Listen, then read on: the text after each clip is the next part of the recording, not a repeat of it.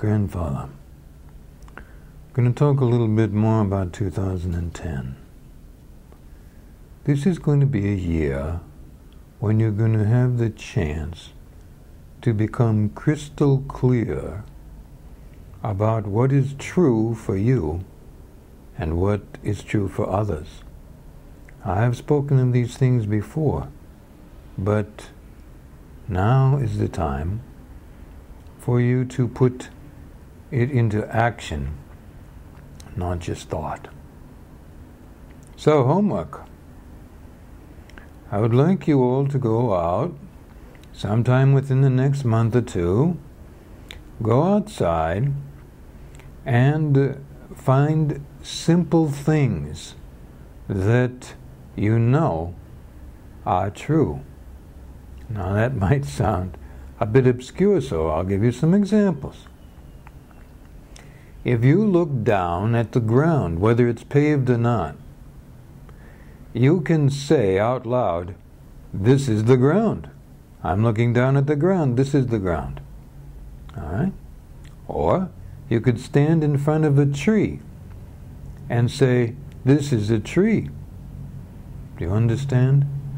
Your language may not be English, so just put it into your language. Stand in front of things, or in the case of the ground, on top of something, and state out loud what it is. All right? There's only one reason for doing this, and that's for discovering the physical feelings in your body that occur immediately during your saying this, and perhaps slightly after. Try to be clear when you're doing it. Don't just stop in the middle of an annoying, harassed, nervous day and do this. Stop for a few minutes. Relax if you can. Maybe you'll be in a car or a truck. Just stop. If you're in a car or a truck, just look forward and say, point, that's the windshield, or the windscreen, whatever you call it. All right? So you're going to say something that is obviously so. All right? Don't make it something that's an idea, or a thought, or a philosophy. Make it some physical thing about which there can be no controversy. A tree is a tree, the ground is the ground, like that. Because you're not trying to rationalize the value of what it is you're looking at. The only purpose of doing this is to find out the physical feelings in your body, which might be different to varying degrees from person to person, what absolute truth feels like. I want you to practice on this so you get good at it. Just that thing. You have a few months, so by the time 2010 comes around, or if you don't hear this until 2010 or see it, then practice it then. Because in this year, 2010, if you can be absolutely certain what truth feels like in your physical body, you'll be ahead of the game. Because when 2011 and 2012 come, you will need to know what truth feels like to you.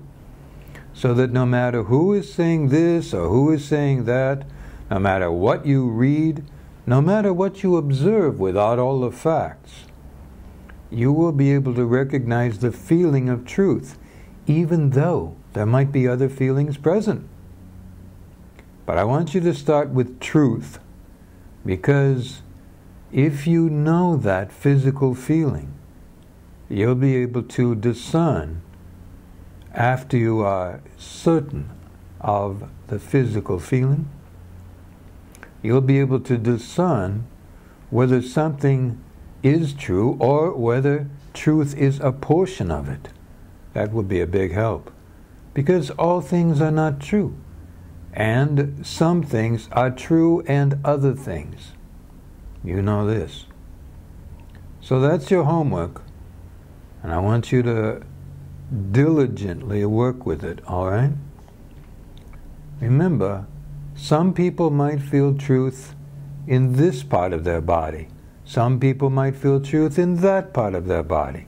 So don't be attached to your feeling of truth being the same as somebody else's. And most importantly, even if somebody is influential with you and they say, truth is felt like this, you be clear that you feel truth the way you feel truth, and that is that.